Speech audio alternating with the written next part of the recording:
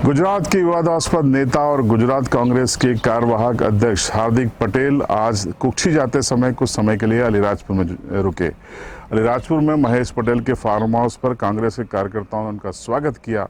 तीर कमान के साथ पुष्पगुच्छ भेंट किए गए और इस अवसर पर उन्होंने कांग्रेस कार्यकर्ताओं को जीत का मंत्र भी दिया, तो साथ में ये भी दावा किया कि गुजरात में इस बार कांग्रेस की सरकार बनेगी। इस कार्यक्रम और स्वागत के बाद मीडिया से भी बातचीत की। हमने हार्दिक पटेल से पूछा कि उनकी नाराज़गी दूर हो गई है या नहीं।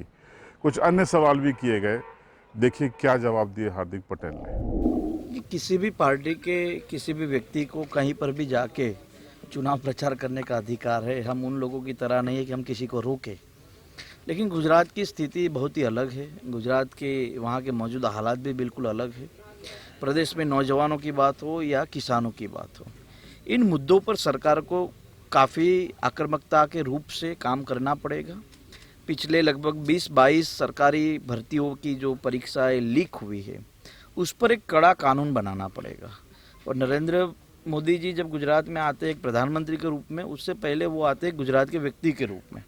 तो मेरी उनसे लगातार ये विनती, उनकी सरकार से विनती है कि पेपर लीक की जो वारदातें लगातार हो रही है, उस पर एक ऐसा कानून बने कि जो भी व्यक्ति इसमें शामिल हो उस पर कानूनी कार्रवाई होनी चाहिए। कहीं ना कहीं मेरा ये मानना है कि वो एक भर्ती की एक पेपर लीक नहीं होती, वो युवाओं का भविष्य, उनका सपना लीक हो जाता है।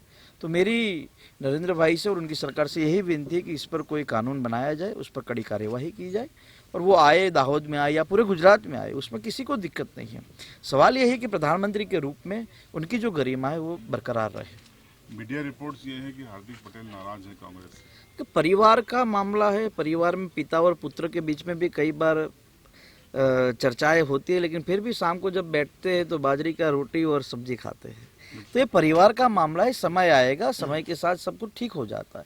सवाल नाराजगी की यही होती है कि प्रदेश की जनता की जो हमसे उम्मीद है, प्रदेश की जनता हमारे सामने जिस तरह से देखती है, उस पर हमें खरे उतरने की जरूरत है और मुझे भरोसा है कि हम उस पर खरे उतरेंगे। कांग्रेस सीएम चेहरे के साथ चुनाव में उतरेगी गुजरात में।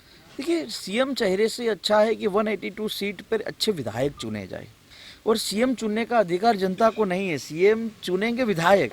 हमें ऐसा विधायक चुनना है जो विधायक लोगों के बीच में पूरी ईमानदारी से काम करे।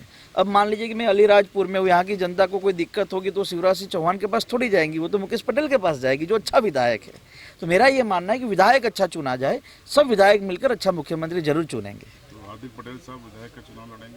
बिल्कुल। अब तो सुप्रीम कोर्ट ने मुझे राहत भी दे दी है, चुनाव लड़ने की अनुमति भी दे दी है। तो निश्चित रूप से जो काम हमने सड़कों पे अच्छा किया है, हम बिना विधायक बिना मंत्री पद रहे हमने लोगों के हितों के लिए बड़ी योजनाएं लागू करवाई, 10% ईबीसी लागू करवाए। तो निश्चित रूप से अगर हम असेंबली में जाएंगे या पार्लियामेंट में जाएंगे तो सभी लोगों के लिए ईमानदारी से काम करेंगे।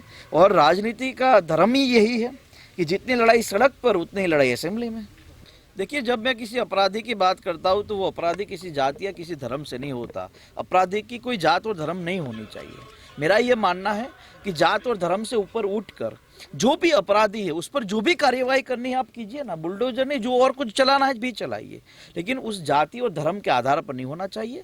अपराधी को हमें प्रदेश से या देश से मुक्त करना चाहिए, मैं ये मानता हूँ। और ऐसे जो भी अपराधी हो, चाहे वो धार्मिक रूप से कोई अपराधी हो, चाहे वो जात के रूप से कोई अपराधी हो, चाहे वो महिला विरोधी अपराधी क्यों ना हो, ऐसे लोगों को सजा मिलनी चाहिए। देखिए, सबसे बड़ी चुनौती नौजवानों की है।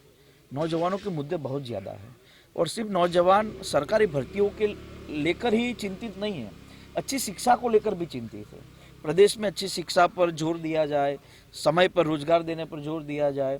ये जो अलीराजपुर का सटा हुआ जो जिला है, गुजरात के आदिवासी इलाके, वहाँ जल, जंगल और ज़मीन को लेकर जो प्रश्न है उस पर काम किया जाए तो मैं मानता हूँ कि प्रदेश एक अच्छी और बेहतर वातावरण में आगे आएगा।